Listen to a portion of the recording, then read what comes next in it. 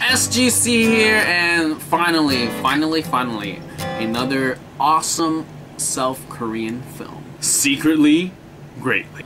Directed by Cheol-soo, and he's done, this is his second film. His first film was Eviled in 2010, and this is a crime, drama, horror sort of type of film according to IMDb, so that's pretty much all I know about him. And in this case, the casting also, I don't know much about them except for the fact they all sing and that they're all in dramas and everyone loved them, hence why my friend sort of recommended this, or she wanted to watch this film, and I checked out the trailer and wow, it was pretty amazing. So I was like, okay, let's go watch this. So starring like Kim Tae-won, Park ki-woong, and hyun-woo. Butchered names, but anyway. So just for a heads up, this movie actually did really well when it first released, due to the cast, pretty much, because I mean, it broke several box office records. It was the highest single day opening for a domestic film, most tickets sold in one day for a domestic film, biggest opening weekend, the highest grossing webtoon based film, and the fastest movie to reach 1 million, 2 million, 3 million, 4 million marks in audience numbers. That's pretty impressive, because I mean, young kids love their idols, and from what I heard, these guys are pretty amazing in their drama, so I mean, like, why not? So, the plot for this film is about North Korean spies who's been sent down to South Korea, and all of a sudden things happen, political things happen, and all of a sudden North Korea's like, we gotta eliminate those spies of ours, because we can't have them being, like, taken over by the South. So now these North Korean, like, spies are sort of like, whoa, what's happening? Like, why is their own people killing us? And things happen. So, if you watch the trailer, you can tell that it's an action comedy drama film. Kim Soo-hyun is amazing in this because he plays the village idiot as his like undercover role, and the fact that he plays it so well and he's so serious at the same time when he needs to be back to his spy role is just really amazing, and I really enjoyed his acting throughout. And then you have Park ki-woong, who's like the chill out rock star undercover role, and he was amazing too. And hyun-woo, who is like the youngest, who's a high school kid. And I really enjoyed their acting because I mean, you have all these like extremes where Kim is like this village idiot, but he's still serious, so he has both sides. Whereas Park is so like, whatever, and then Lee is totally like dead on serious. We gotta like work on our country, save our country sort of thing.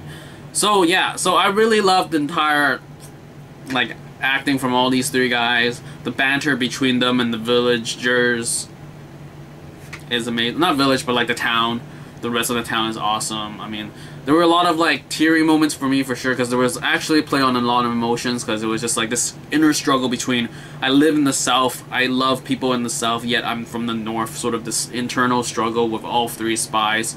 Or not as much for some of them anyway, but some were more than the others. And the action amazing as always, because I mean, I think Korea is really, well, from what I've seen in terms of action films in Korea now, that I feel that they have a balance between the quick edits that Hollywood is doing for hand-to-hand combat, as in like, you know, the quick edits is not as crazy as like I would use Bourne. Bourne is the king of edits when it comes to hand-to-hand combat. But here I think there was a balance where they sometimes drag out the camera and it would be like a full-on, like full body shot fight scene, fight. You can actually see the actors fight.